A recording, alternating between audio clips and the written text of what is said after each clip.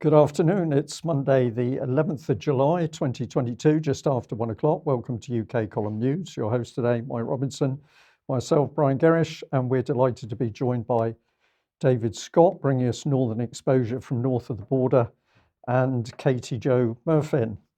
I'd like to say to our viewers today that the beautiful view out of our studio window is absolutely as it is. So blue seas there in the Sound in Plymouth. We just hope there are no Russian submarines lurking.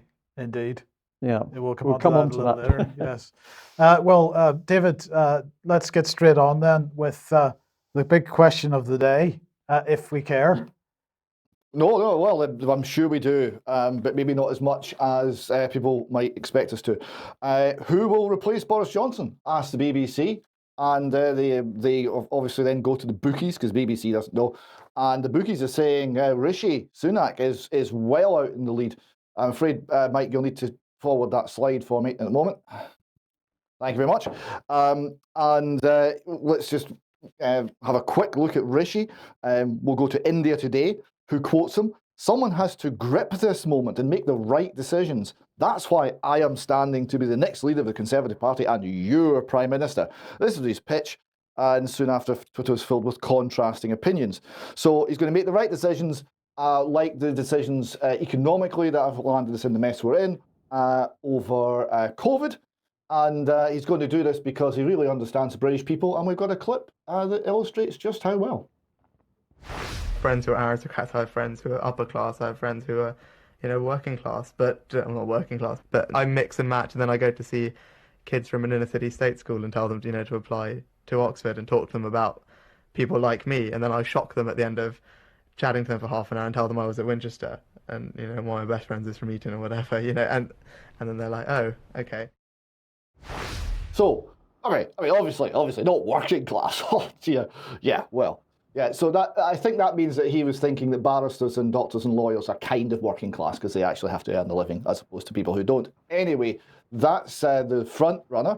And we've also got the Brian's personal favourite, Liz Truss. Here she is here. Along, and actually a very interesting piece in the New Statesman on her. Tour admires Truss as a second Margaret Thatcher.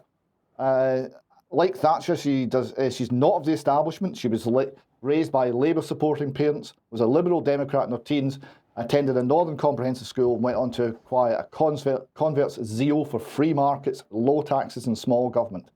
She's a scourge of wokery and fashionable thinking. The New Statesman continues, talking about how she sees herself as a disruptor in chief, so there's one of the things that the UK column have seen in many ways over the years. Senior Tory said she's someone you'd go tiger shooting with. She's very gutsy, self-assured and tough when most other people would shy away. The Foreign Office team said, "We're constantly knackered, trailing her awake. She's indefatigable. She eats and sleeps and drinks the job. I've never seen a human being drink more espresso in a day. I have never ceased to be amazed at how many carbs she can eat without putting on a pound. She must have the metabolic rate of a Tasmanian devil." But many Conservatives also worry should have described as alternately brilliant or off the wall. Downing Street insider, noting Truss's rhetoric on Ukraine, recently declared himself mighty relieved she was not currently Prime Minister. She might, he said, start a nuclear war. So that's Truss. Any quick comments there, Brian, before we move on?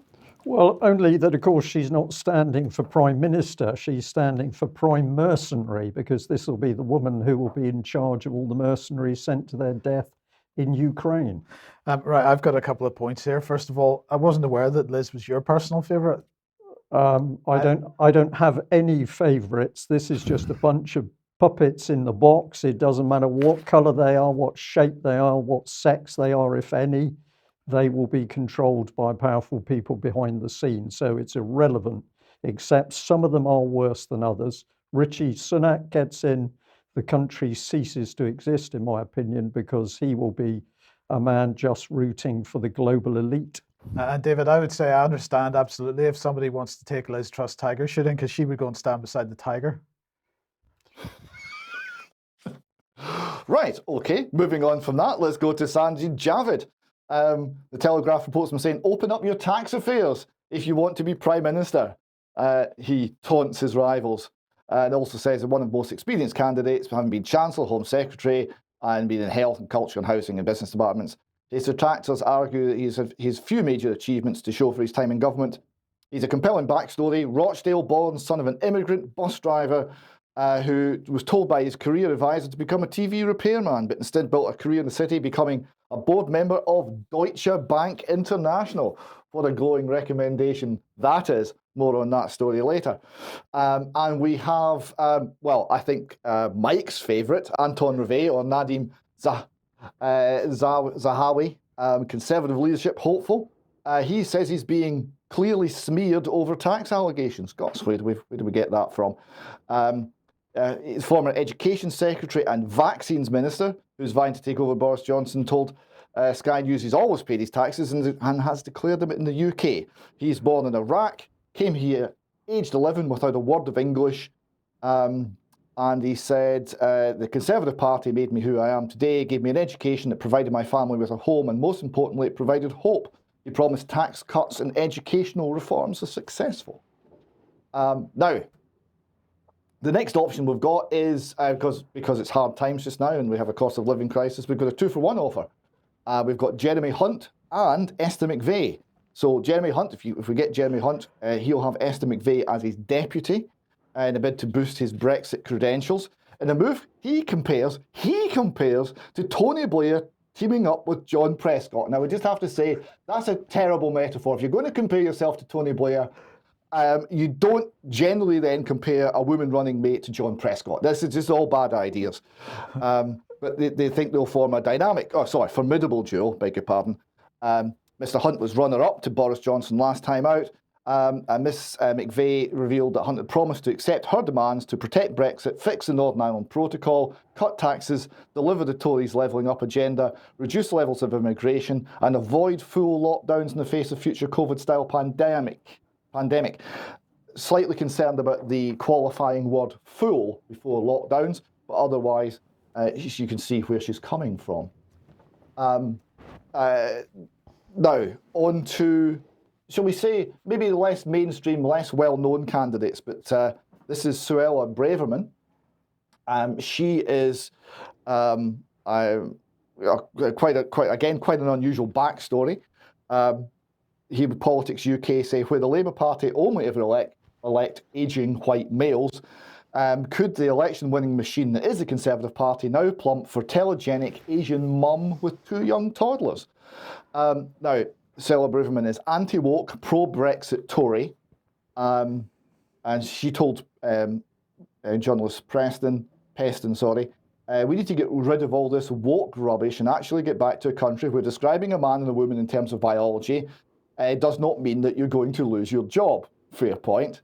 She also said, I love this country. My parents came here with absolutely nothing. I owe a debt of gratitude to this country, and to serve as Prime Minister would be the greatest honour. So yes, I will try. She said, I think fundamentally we need to deliver some proper tax cuts so that people can be living with the cost of living challenges in a more feasible way. We need to solve the problems of boats crossing the Channel, and we need to make sure that Brexit opportunities are felt across this country. So that's where she's coming from. And now we go on to the opposite wing of the party, the left wing of the party. Tom Tugendhat, so he provides a punchy response when asked the naughtiest thing he's ever done. He said, I invaded a country once. Although considered an outsider for the race at number 10, he's been a government minister. So he's not been a government minister. The 49-year-old insisted that he has a wealth of experience as a leader. Mr. Tugendhat vowed to reverse the 1.25 percentage point increase in national insurance contributions. And he championed his 10-year economic plan. Where have we heard a 10-year economic plan before? Oh, yes, China and the Soviet Union. Okay, so the senior backbencher also promised action on crippling fuel duties, and he'd be looking at the rate of corporation tax. The reason I'm standing is simple, he tweeted. Trust in our politics and our party is collapsing. We need a clean start. And how clean is the start? Well, here we have the official website of the Bilderberg meetings, showing the list of participants from 2022. And yes, Tom is there. So maybe he has some very influential friends. Now, talking about influential friends, we go on to Priti Patel. Now, pretty wonderful cheekbones, obviously. And she's set to run as the only authentic Brexiteer who can win. So that's the line she's taking. So she's trying to unite the right behind her. European research group hold crunch meeting to decide which candidate can unite the right of the party. Boris Johnson's allies are considering where to throw the weight behind Liz Truss or Patel as they seek a candidate who can beat Rishi Sunak. So Liz Truss, Patel or Rishi, that might be your choice, Brian. Any comments before we do the last few, gentlemen? No, I stand by the fact that they're all puppets, so don't get too taken up by the gender or the colour or the shape or the cheekbones. These people are simply there to be puppets while their strings are pulled.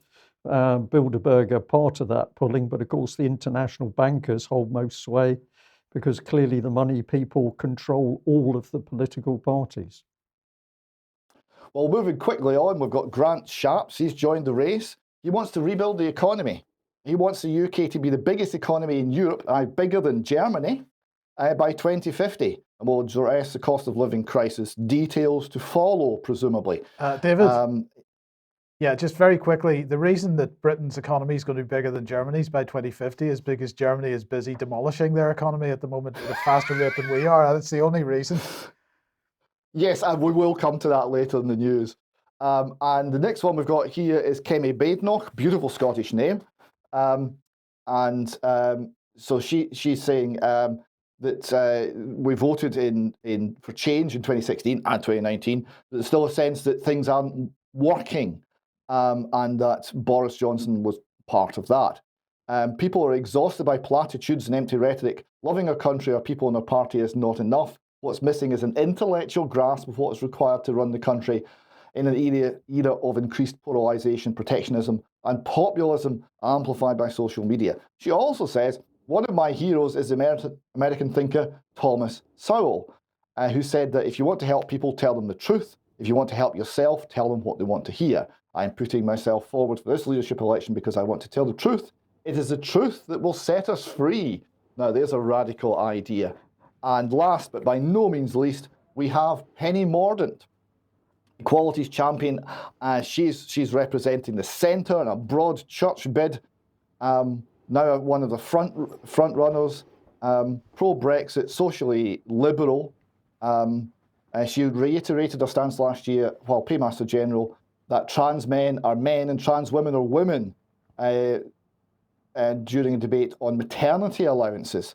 It is claimed she tried to get the word mother removed from the maternity bill, which was introduced by Braverman when Suella Braverman went on maternity leave. Now, we have a little clip showing that infamous statement. But let me say, in proposing them from this dispatch box, that trans men are men, trans women are women, and great care has been taken in the drafting of and the accepting of these amendments to ensure that that message has been got across. Now, this is very interesting because the first thing she's done as she entered this race is she's tried to repair that damage. Right? The first tweet she put out is, "Do I know what a woman is?" I hope in the next few days we're going to discuss how we get the economy growing and enable citizens to live well. But right now, I'd like to address another question that I've been asked. She's been asked and asked and asked this. She went on to say, I'm biologically a woman. Some people are born male and who have been through gender recognition process are also legally female. That does not mean they are biological women like me. So she's creating a difference between legal women and biological women. So I hope that clears that one up. But it's interesting that the first thing she had to do is to back off the extreme woke and trans agenda material because it's completely abhorrent to most people in the country and it makes her entirely unelectable. So she's having to repair that damage. And that's quite a noticeable point in the culture war because it's showing that that position is no longer tenable, despite Keir Starmer still thinking that women can have a penis. Right. Well, I don't know what your thoughts are, but I noticed, David, that a lot of the press calling this the dirtiest Tory leadership race in history. And what I'm just going to make a very quick observation here that The rumor is that Dominic Cummings is behind a lot of this, that if Rishi Sunak were to become leader, that Dominic Cummings would find himself back as a special advisor. But the point is that there's so much vitriol running around this. And I notice that some people are already alleging that some of this vitriol has been handed straight over to the Labour Party. I wonder whether the Tory party will actually survive, or whether we're going to see 20 years of Labour government following this mess. Well, I would say that there's so much catastrophic infighting in Labour as well as the politics increasingly crumbles that we really don't have a strong opposition either. But you might be right, there is the potential that this could tear the Conservative Party apart. It's maybe not quite as split as it was over Brexit, but it's still very fundamentally split. And it's not on ideological grounds, it's more on sheer ambition and, as you say, a considerable degree of nastiness, it would seem. How that plays out, time will tell. Yeah. Okay, let's move quickly on then to the Met Police, because the announcement was made. Well, let's bring this on screen first of all, because apparently there are careers in the Met Police that we should all be extremely excited about. Just look at some of the imagery in this, the militarization of the imagery in this this little promo video on the Met Police Twitter feed. And well, the lovely image to end with the eye through the ring there.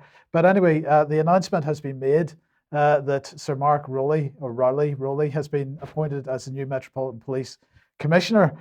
So Priti Patel on the 8th, so what was that, on Friday, announced the appointment of Sir Mark Rowley as the Commissioner for the Metropolitan Police. He formally appointed following a recommendation from the Home Secretary.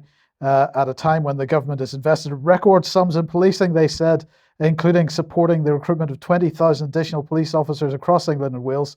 The new commissioner will need to focus on getting the basics right, restoring confidence in policing, delivering and beating a crime plan, on the beating crime plan, and making our capital streets safer. So there you go. The question is he the right man to do it? Is he a transformational leader? Well, the answer is absolutely yes.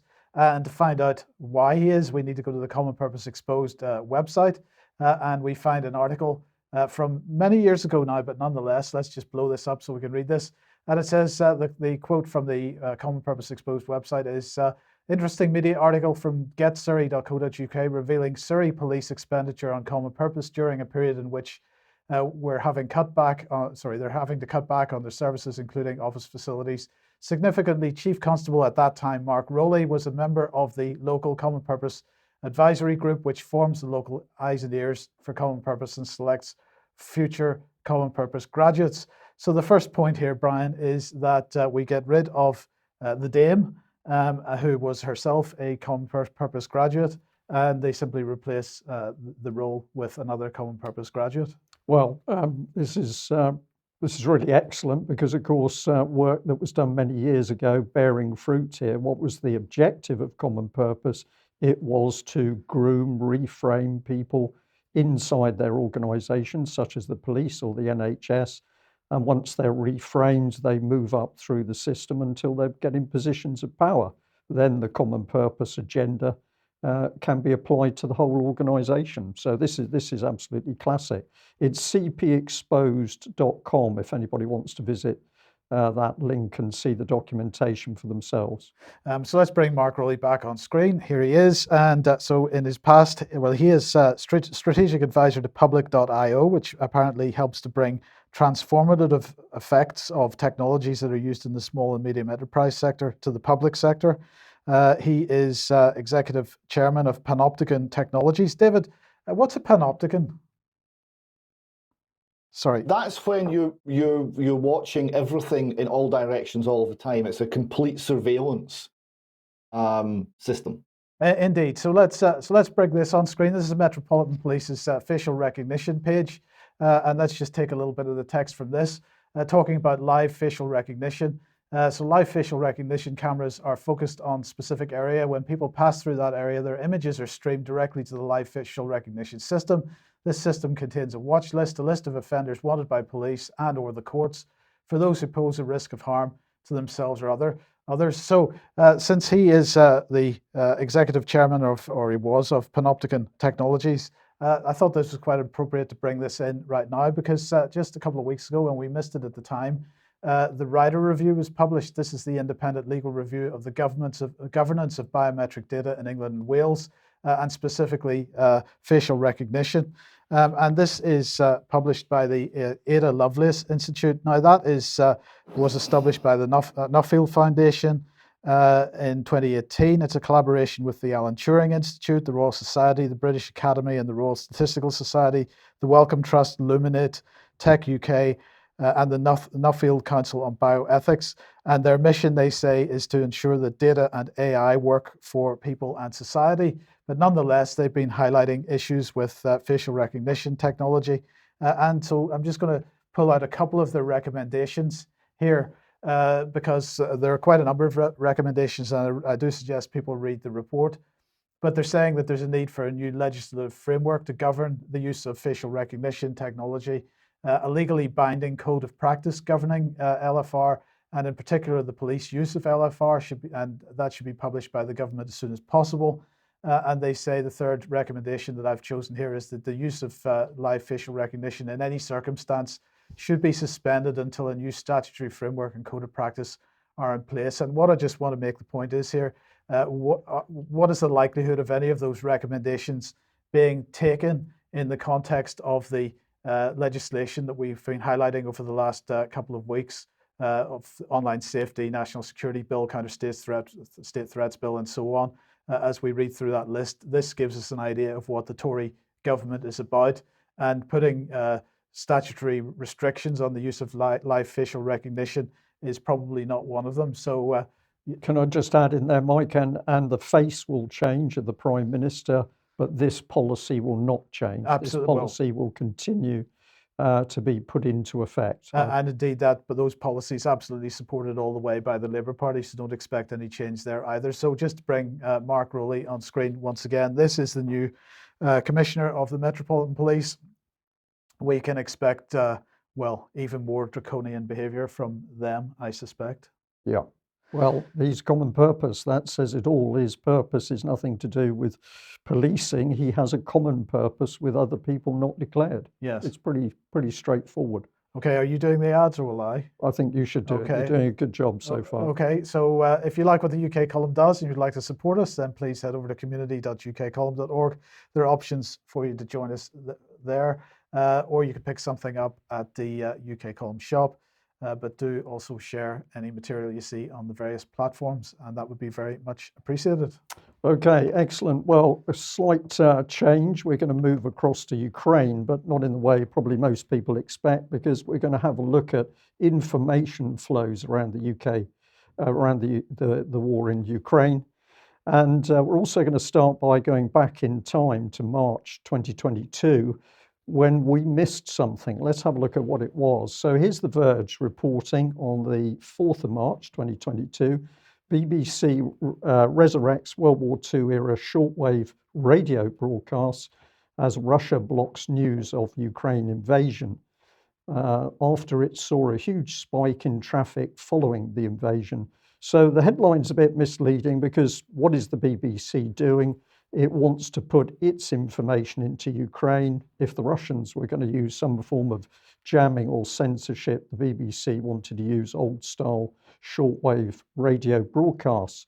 Now, you can find details of this if you go looking on the BBC website. So here we've got Russia and Ukraine. It gives you the times of day for the various broadcasts, starting from the 27th of March. And these frequencies that are given are apparently valid up until the 29th of October 2022. What interested me as I researched this was it seems that the BBC has been very shy in talking about this, because if you look for the BBC statement on it, you can hardly find anything at all which comes from the BBC directly. And I had to go to EU Today. Apologies to our viewers and listeners for declaring that, but I had to go to EU Today in order to find the headline, BBC to launch shortwave radio service to ensure access in Ukraine and Russia. So now we're getting to the meat of it. It says in order to reach audiences across Ukraine and in parts of Russia, the BBC will start a daily shortwave transmission to ensure access. It's talking about its access and the resilience of its news operations. So nothing must interfere with the BBC reporting its information. And what I think has happened here by chance is EU Today has labelled it security and defence, but they were spot on because essentially the BBC is restarting these Ukraine shortwave transmissions as part of its security and defence role for the UK government, and that would automatically mean the US. We get that idea reinforced from the conversation here with their headline.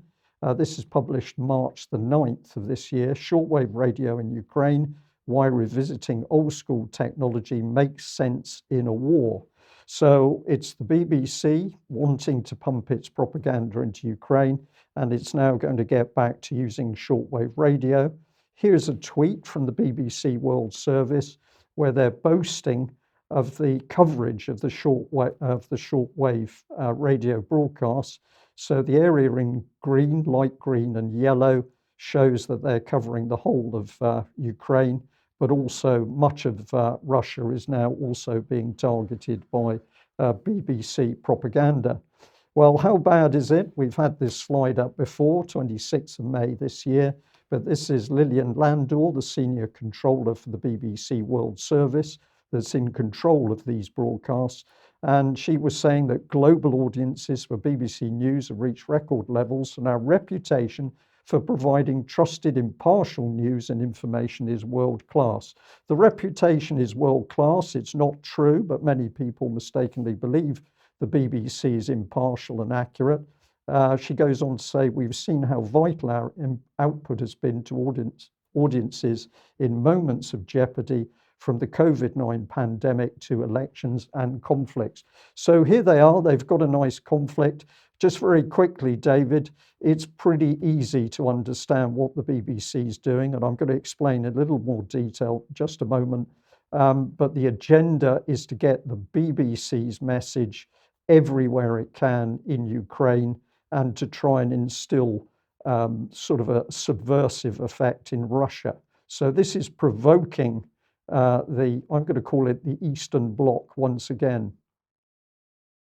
Well, the BBC are acting as part of the of Ben Carter's hybrid warfare state. This is a weapon of war. They're seeking to use information and viewpoints to change the political facts on the ground, which is everything that we are blocking RT for allegedly doing. So it would be reasonable under those circumstances to expect Russian jamming, because that seems to be how the game is now played. Certainly those are the rules for us. Yeah. Okay, thank you for that. Well, let's remind people that it was the BBC's charity, BBC Media Action, that was working many months ago in order to restructure broadcasting in Ukraine. This was the BBC's headline. And they quoted this man, Yaroslav Lodykhin, who was the head of TV for Suspilny, which is the Ukrainian channel that the BBC has groomed. He says the biggest challenge for us is to change the reception and understanding of the role and potential of public broadcasting in Ukraine. It's an absolutely new area, both for the establishment in Ukraine and for the audience. People have never used these kinds of services before. In Soviet times, anything that was public broadcasting meant slow, outdated, not fancy. The Soviet era also meant control over content. Among the greatest challenges now is establishing a new understanding of what public broadcasting should be, including what control the state holds over the budget, the role of the government-appointed supervisory board, and how to ensure the independence of editorial content. Is it my imagination, Mike, or have they gone from a Soviet system to the Soviet system? Yeah, it seems a bit oxymoronic to have a supervisory board appointed by the government, which ensures independence, but okay. But okay. Well, here's BBC Monitoring. Of course, this is the organisation working alongside Media Action. And if you don't know about it, you need to read the history because, of course, this was started by the British government during the Second World War to monitor the Axis powers, and it has never stopped doing that government spying job. So it's now boasting of 3,000 sources across radio, TV, press, online and social in 100 languages. If you are listening to our broadcast from a foreign country, you should be aware that the BBC is spying on your country. So let's put all this together. How does it work? Well, here's the BBC World Service. It's introduced the shortwave services to get a propaganda flow into Ukraine. They're working alongside BBC Monitoring and BBC Media Action. But in the background, of course, we've got the BBC as the master. We've got the UK government. And what are they doing? Well, they're putting in the money to run the operation. We've got the main structure of government, which is putting the policy and the tasking. In the shadows, we've got GCHQ. And of course, they are controlling what the World Service and Monitoring do.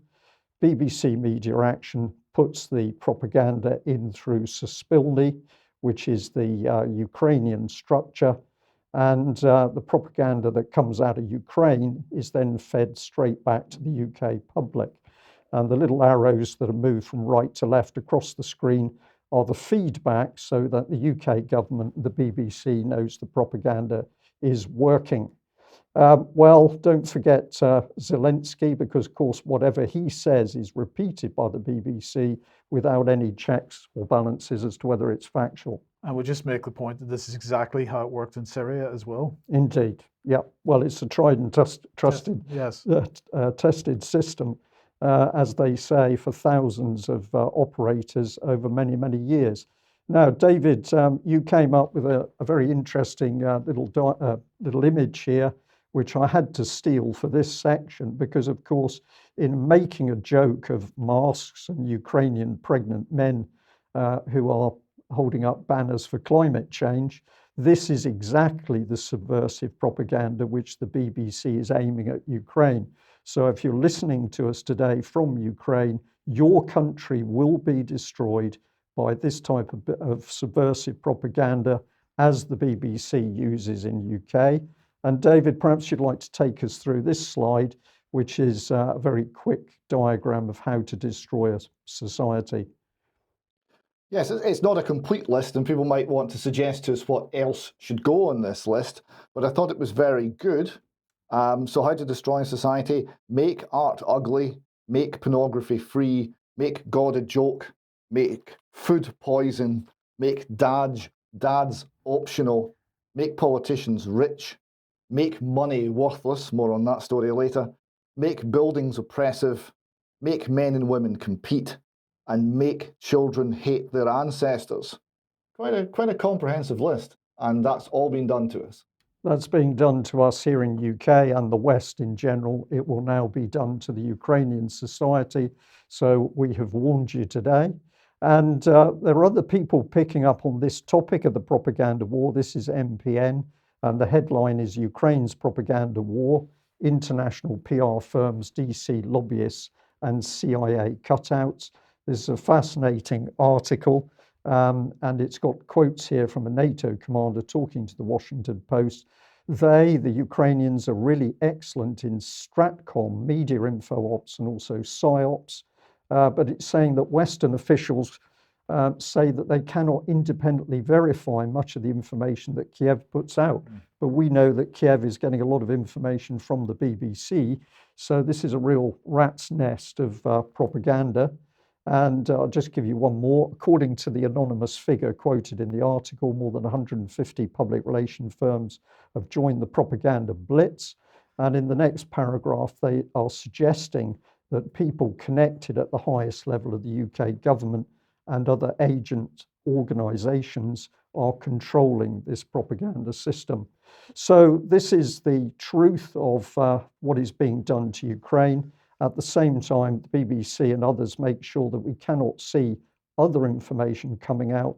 Let's just listen to this very quick clip from President Putin. Сегодня мы слышим, что нас хотят победить на поле боя. Ну, что здесь скажешь? Пусть попробуют. Мы уже много слышали, что Запад хочет воевать с нами до последнего украинца. Это трагедия для украинского народа. Но, похоже, все к этому и идет.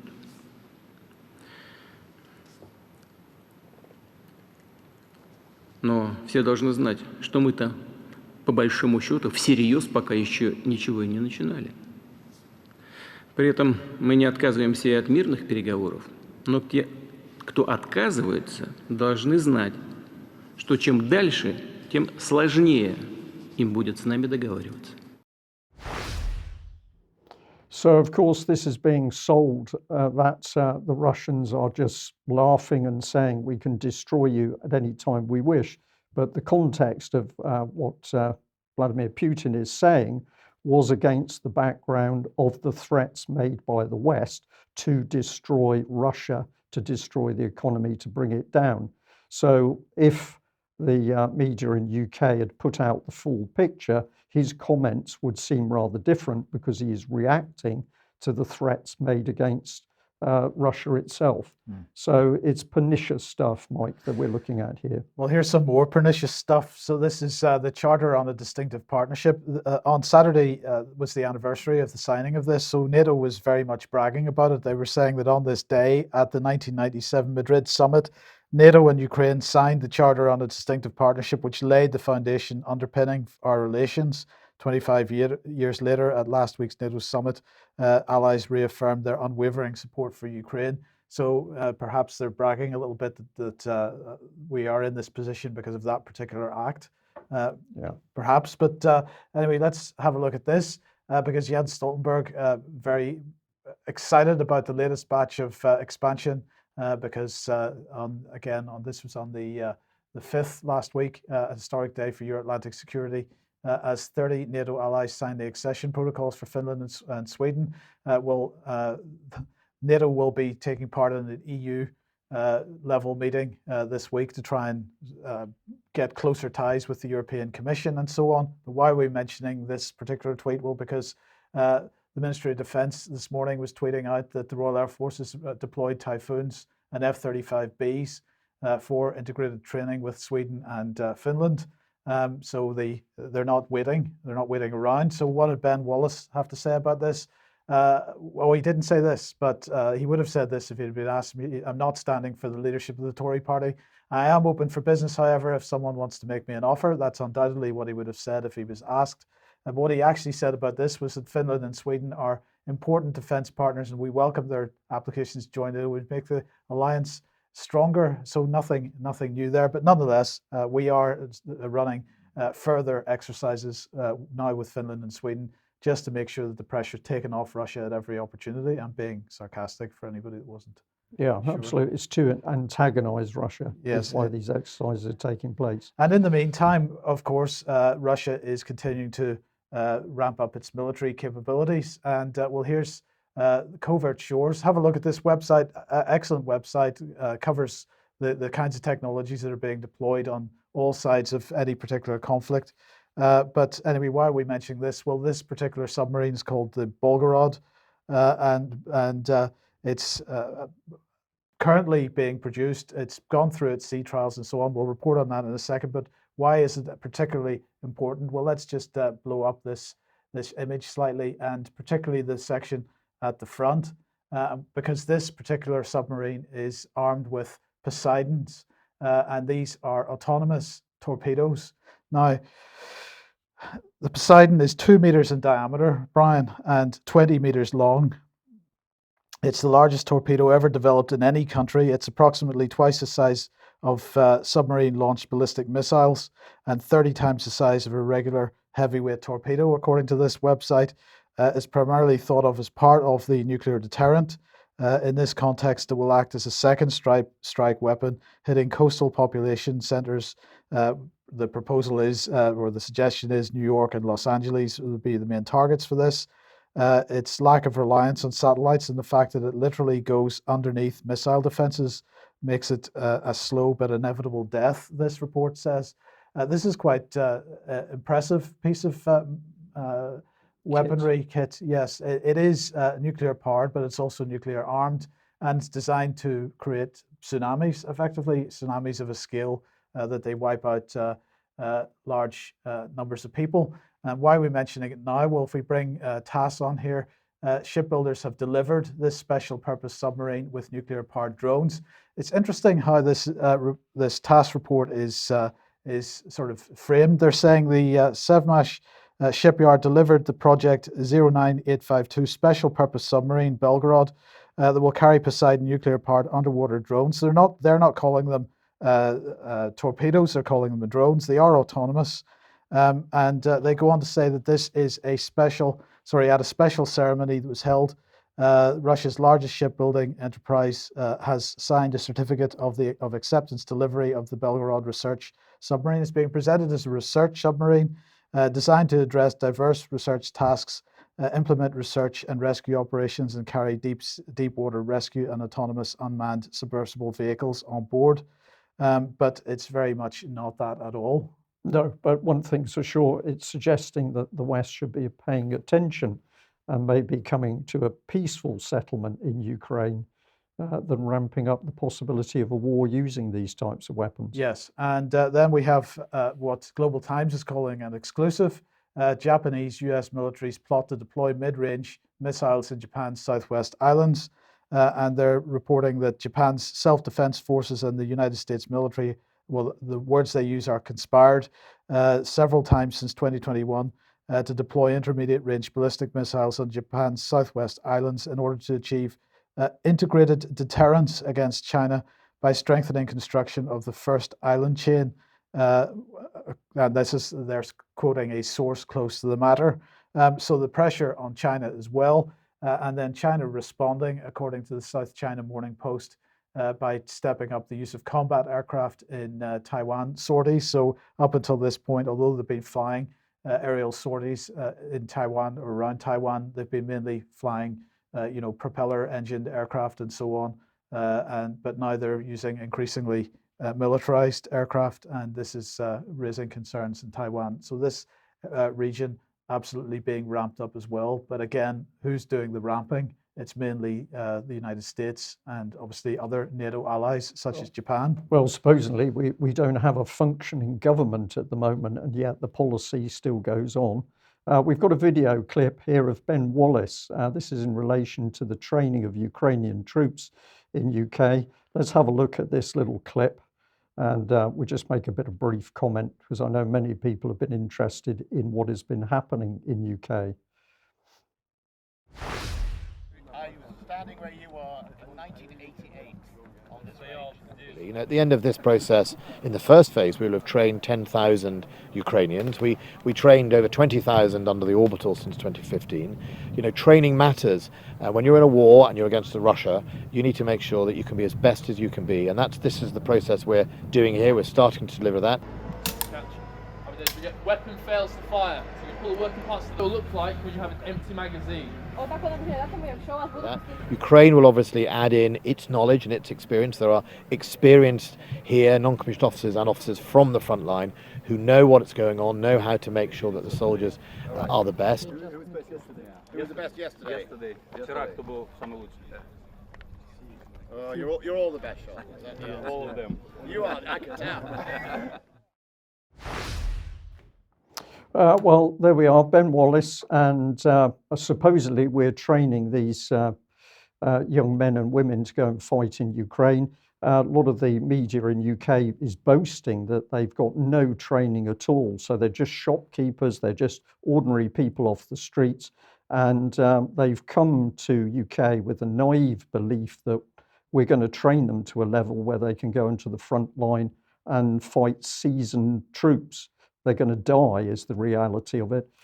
Mike, I'm not going to comment further because I find the thing so outrageous.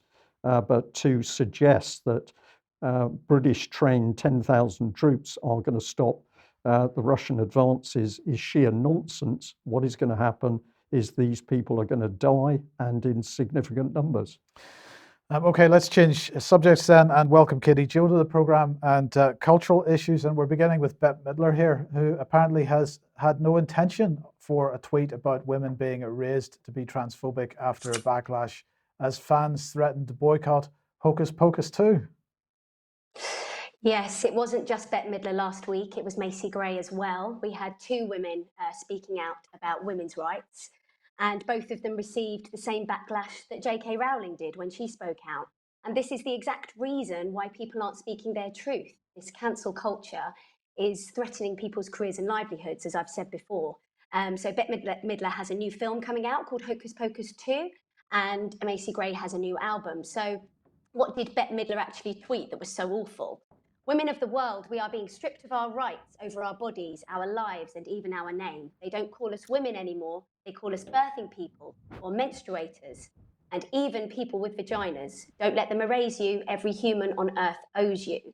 Apparently, her comments are in response to an op-ed by Pamela Paul, published in the New York Times on the 3rd of July, which was titled, "The Far Right and Far Left Agree on One Thing, Women Don't Count," which argues women are being erased on the extreme left and the extreme right. The replies to her tweet, as I said, were all about boycotting her new film, Hocus Pocus 2, and calling her a TERF. Now, brilliantly though, Bette Midler didn't apologise for her tweet. She just finished by saying this: "I've fought for marginalised people for as long as I can remember. Still, if you want to dismiss my 60 years of proven love and concern over a tweet that accidentally angered the very people I have always supported and adored, so be it." She continued, "But the truth is, democracy is slipping through our fingers. I'm all in on trying to save democracy for all people. We must unite because, in case you haven't been paying attention, divided we will definitely fall." So she stuck to what she was saying and she didn't actually apologise, whereas Macy Gray, on the other hand, backtracked very, very quickly. In an interview with Piers Morgan Uncensored, Macy Gray said, "To be a woman, you must have been born with boobs and a vagina." And during a discussion on the topic of transgender women in sports, Piers said, "I support all trans rights to fairness and equality." However, he added that he doesn't support transgender people with physical superior bodies who beat other women in their sports. In response, Macy said, "I totally agree. If you want me to call you a her, I will, because that's what you want. But that doesn't make you a woman just because I call you a her and just because you got surgery." She said, "Just because you go change your parts doesn't make you a woman." She also showed support for J.K. Rowling, who has faced horrendous criticism for her outspoken views on transgender rights. Macy Gray said, "I don't think you should be called transphobic just because you don't agree. There's a lot of judgment and throwing stones at people for just saying what it is. Do you know what I mean? Being female," she said, "requires more than medical procedures. A woman goes through a completely unique experience, and surgery and finding oneself doesn't change that. Being a little girl is a whole epic book, you know. You can't have that just because you want to be a woman." So she, in this interview, comes across as really knowing how she feels and really strong in her views. And she even had support from J.K. Rowling in one of the tweets. She very, very quickly backtracked a couple of days later on an interview where she said, "I've learned a lot through this. So I think that was one of the reasons that it happened. It was a huge learning experience for me," Gray went on. "You can call yourself whoever you believe you are, and nobody can dictate that to you or take that away from you. I've learned so much. Being a woman is a vibe, and it's something I'm very proud of and something that is very precious to me. I think that if you in your heart feel that's what you are, then that's what you are, regardless of what anybody says or thinks. I've learned a lot, and I'm glad I did, because now I know," Gray said in a lengthy response, and it lasted for about 3 minutes, and you can tell she's really uncomfortable. And I found it really upsetting watching her in that interview, actually. She's not relaxed like she was in the Pearson interview. And at 56, to feel like you can't actually say what your truth because you're afraid of what the backlash you're going to get, I think is a really sad thing. And we also had some more madness from the hit sitcom Friends. Now, I'm a huge fan of Friends, still am. Always, you know, I remember when it came out and I loved it, and loads of my family loved it as well. So we used to watch it every Friday evening. And the co-creator, Marta Kaufman, has apologised for how they handled the trans representation. So if you don't know the show, there's a character in there called Chandler, whose dad is a transgender.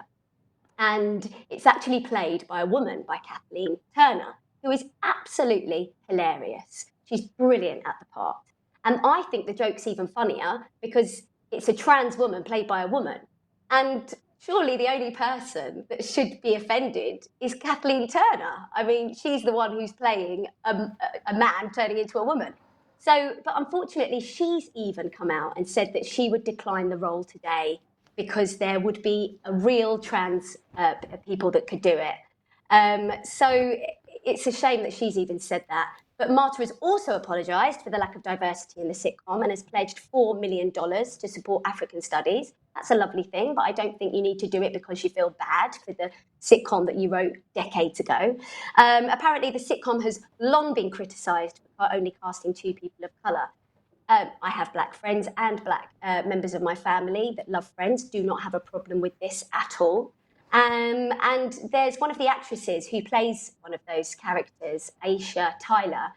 She plays Ross Geller's girlfriend in the show. She said, "My character wasn't written on the page to be a woman of colour, and I auditioned against a lot of other women of different ethnic backgrounds. So I like to think they picked me because I was the right person for the role." And that says it all for me. You're the right person for the role. Friends is a huge phenomenon, and it is because it's got the perfect ingredients. The writing is excellent, the casting is excellent, the acting is excellent, and it's a shame that they're apologising because it doesn't tick all of the political correctness boxes that we have today. And apologising for these things is just surely keeping any division, racism, and inequality alive. I don't think you're making anything better other than making yourself look better. Yes. Katy-Jo, if I may very quickly, just now you mentioned that it was sad that Macy Gray felt under such pressure she had to backstep from her original statements and views.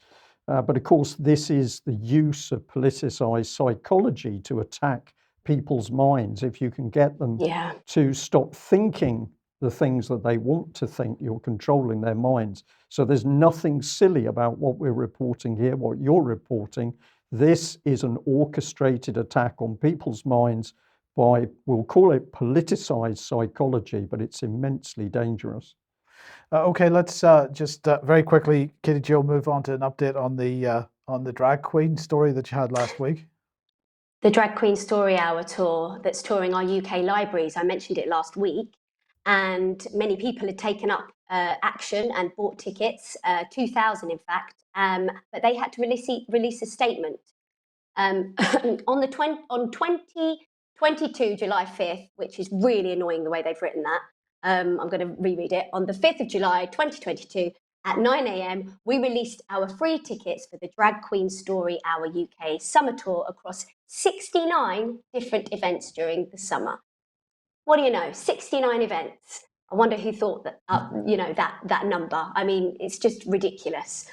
By 1 p.m. that day, over 2,000 tickets had been fraudulently booked out by a far-right neo-Nazi group.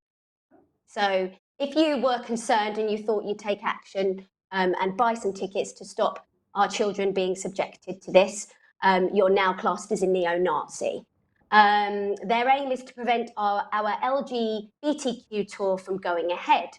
All tickets for this tour are now available via your local library's front desk, where your library card will be required. All Eventbrite tickets are void. In light of 2,000 tickets being fraudulently booked, we are now raising £2,000 for Mermaids, a trans youth charity in the UK. So let's have a look at this drag queen who will be reading these children stories. On the first slide, you can see him playing with kids by day, dressed and looking rather frightening to a baby, I'm sure. And then by night, there he is, entertaining at a stag party. The second slide shows an ad for his weekly online story time that he does. And in the middle photo there, he's visiting Autistic Inclusive Meets, which is a non-for-profit organisation created by autistic people to enable families with autistic children and autistic individuals to get out into the community and socialise in an accepting, inclusive environment with like-minded peers. So that's exactly what vulnerable autistic children need, isn't it? A drag queen coming into their place of safety and security. He's also got a new book called The Three Goats United, which he was promoting there on the BBC Radio Guernsey. And then there you can see there's a slide of him waving flags with children that have all got the rainbow flags, where he's... And then the next slide, he's written a piece about an autistic boy that was in one of the classes that he visited in a primary school. I'll just read a bit. He was quite cautious and anxious to attend my session, but he was brave and attended anyway. For the first 10 minutes, he hid behind his big drawing board. But the moment I said I was ADHD and autistic, his board dropped and his face rose. I have never seen a child look so excited and ready to listen the moment he heard I was autistic. Afterwards, he was eager to find me. We had a chat about what it meant to him about being autistic and what it meant to them that I was there. He was apparently horrendously bullied in his previous school. All this boy needed was someone to relate to and to feel understood. This boy has obviously been let down by his current teachers, and unfortunately, he's made an association now with feeling special with being a drag queen. And he finishes there with, this boy truly needed a superhero in this time of his life, and today I was that superhero. And I've got a short video there of Ada promoting an event in Wales. Hello Wales, Cyfacion Cymru. My name is Sab, aka ADHD, the storytelling drag queen, and I'm here to tell you what we've got on today for Pride Cymru's big online week. Today at 10 o'clock we have got the family event, Synergy Gym Sports Session for kids. Then at 10:30 we have got the ever so fabulous ADHD, me, for Drag Queen Story Hour UK's special online story time. Then at 12 we have got a discussion with NHS Wales about why gender diversity and intersectionality matter. And to close the day, close to our hearts, we have the Looser Women Talk Show, 18 plus, at 9 o'clock. I am personally very excited for the online story time with Drag Queen Story Hour UK. I would be. I mean, I don't know what to say. I can't bear the way he's talking to the camera. Why are we talking to children and people like they're stupid? I don't understand why we're doing this. It's literally dumbing them down. And we're kind of like, where do we go now? What do we do? How do we stop this? How do we stop them subjecting our children to this grooming? Katy-Jo, it's easy. We have to expose it. So it's everybody's duty to expose this is happening and to put pressure on appropriate people. And that includes the MPs. When enough people say, no, we're not having it, this can be stopped instantly. But most people are totally unaware because they think it's a joke, so they don't follow it through, or they're not seeing where it is actually properly reported. And I think it's an important thing that the UK column is reporting this and warning people about what's happening. Right, we've got to move on very quickly. David, inflation. Inflation, yes. Let's start with John Maynard Keynes, back from 1919, before he'd repudiated all the beliefs on which he'd built his reputation. He said, "There is no subtler, no surer means of overturning the existing basis of society than to debauch the currency. The process engages all the hidden forces of economic law on the side of destruction, and it does in a manner which not one man in a million will be able to diagnose."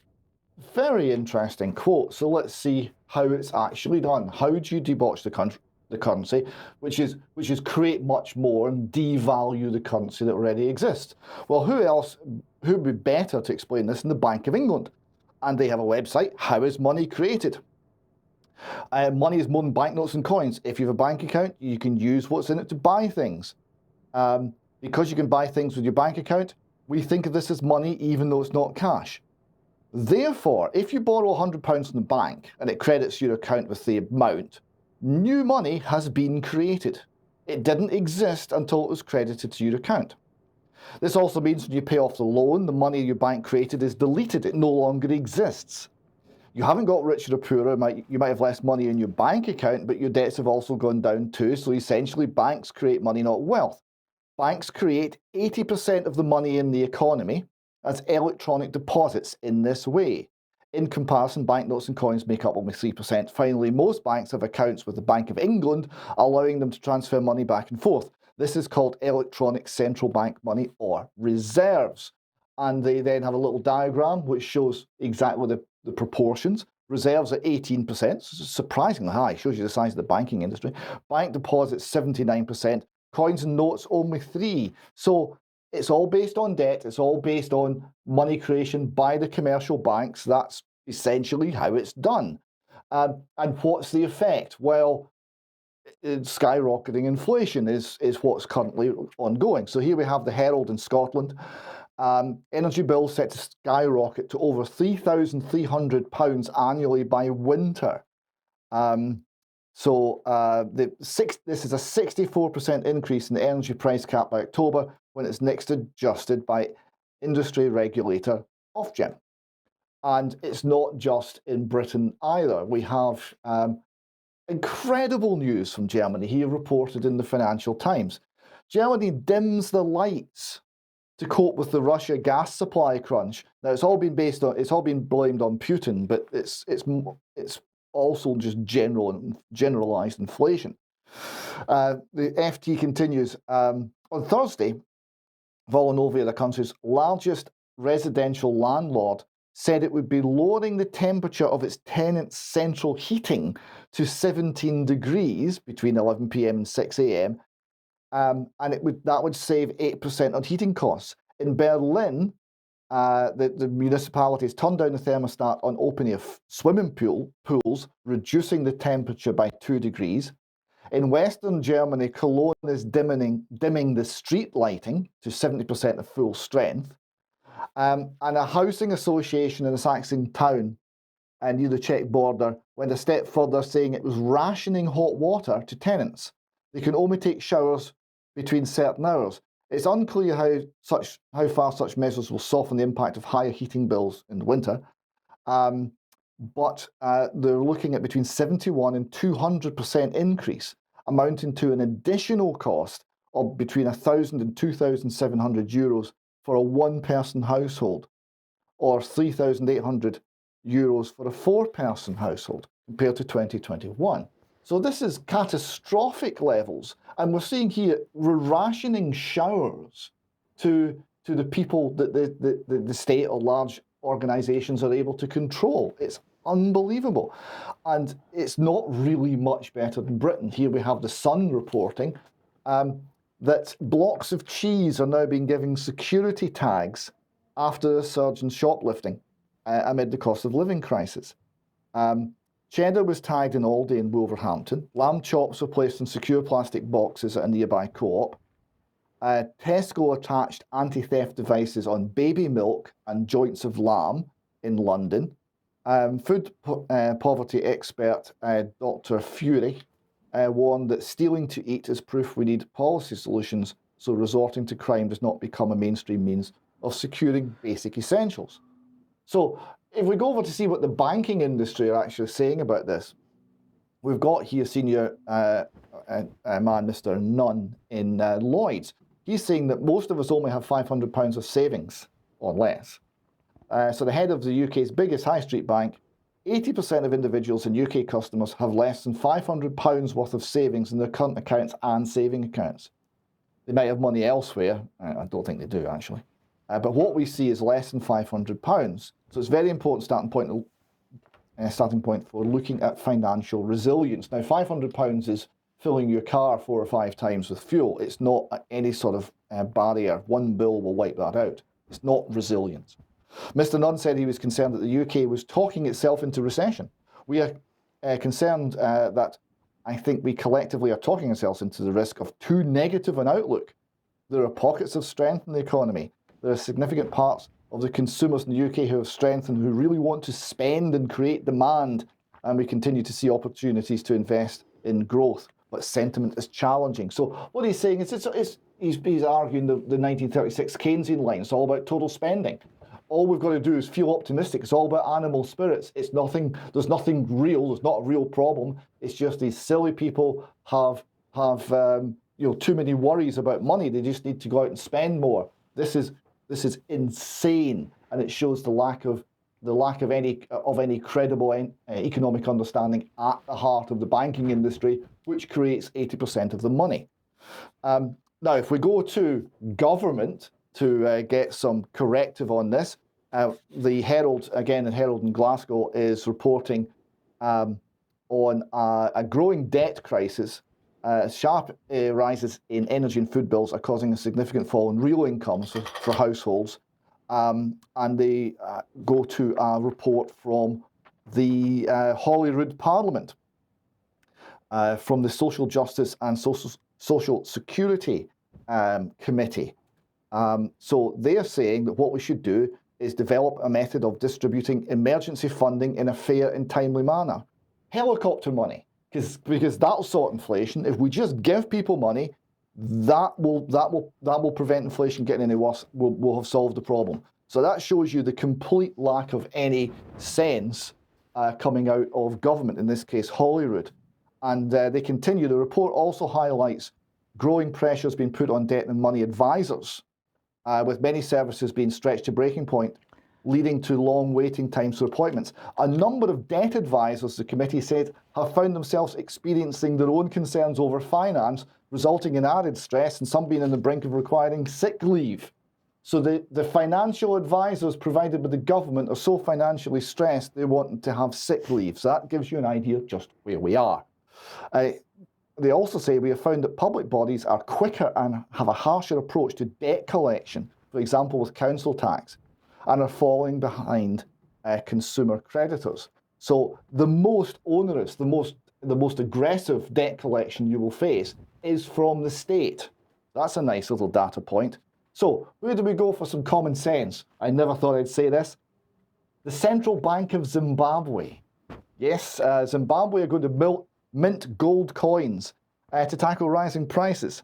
They're going to introduce gold coins later this month to tackle soaring inflation. Their interest rates are currently 200%. The annual rate of inflation is 190%. This is after they reintroduced the Zimbabwe dollar, starting again with small numbers after you see the background photograph here is a $100 billion note. They had runaway inflation that completely wiped out the value of the currency. The gold coin will be called the Smoke Which Thunders, a reference to Victoria Falls between Zimbabwe and Zambia. This is a means to tackle the currency crisis. So if we go to the actual announcement by the Zimbabwe Central Bank, it's quite interesting. It says the gold coin shall weigh 1 troy ounce. It'll have a 22 carat purity. It will have a serial number. Upon purchase, the buyer will take physical possession and will have a bearer ownership certificate. It will be liquid, a tradable asset. It will have asset status. It can be used as collateral for loans. We will buy back any gold coins with Zimbabwe dollars. You can imagine how often that's going to happen. And these coins will be available for sale from the 25th of July in both local currency and actual currency, hard air currency, at a price based on the prevailing international price of gold and the cost of production. The coins will be sold through the bank and its subsidiaries. Entities selling the coins will be required to apply Know Your Customer principles. So they will identify who they're selling to. And I would just point out, to give you an idea of what the Bank of England has done to our money, that this little coin here, which is a quarter ounce, 0.235 of an ounce gold coin, a sovereign, this was £1 when it was first created back in the 1800s. That was £1. It's now, to buy one of these, will cost you £359 to buy the same thing. That means that the pound sterling has lost 99.7% of its value due to inflation. That's what they're doing, and that's why they are entrapping people and destroying society by debauching the money. Yes. Okay, thank you very much for that, David. Let's just quickly end with a couple of final slides. Bob has been at it again, and this is Bob Moran, of course, with a fantastic cartoon here discussing the farmers. It's no longer Dutch farmers, it's farmers right across Europe now are starting to get on their tractors, and I thought that was an excellent cartoon there. And finally, David. Here's a sign outside a pub or an eating house in England. Are you sweating whilst putting petrol in your car? Feeling sick when paying for it? You probably have the car owner virus. Yes. Okay. I quite love that because it's going to be very similar. It's going to go on for years and it's going to be causing us pain every day. This is very similar. Yes, indeed. Okay, David, Katy-Jo, thank you very much for joining us. I'll just add before we go another thank you to the individuals in Bungay in Suffolk who produced the excellent leaflet all about coronavirus, which we mentioned on Friday. We understand that individuals are watching us today, so we'd just like to give you recognition for what you've been doing. And I also understand that a very large number of leaflets went out, a very large number. So this is really excellent, people doing positive things. We'll end there. Thank you all very much for joining us. We're going to finish and probably enjoy some of that excellent vista of... Stick around for extra. Well, indeed. Are you sure? Perhaps we should enjoy the vista. We'll see. We'll be back shortly for extra time. Thanks for joining us. Bye-bye.